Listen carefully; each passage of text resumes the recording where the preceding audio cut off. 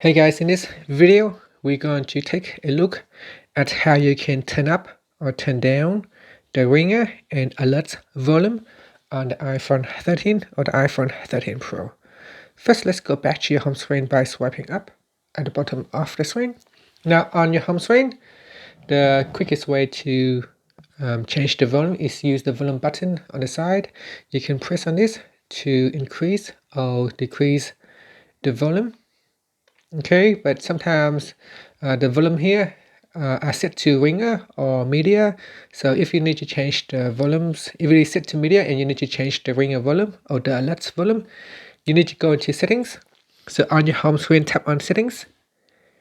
And in settings, go down and tap on sounds and haptics.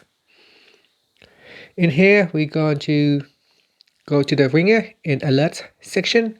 And in here we can change the sound by simply dragging on the slider to the left or to the right.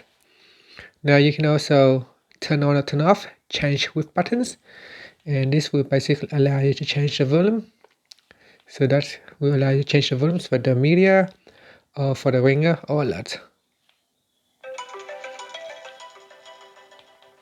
And that's it. Thank you for watching this video. Please subscribe to my channel for more videos.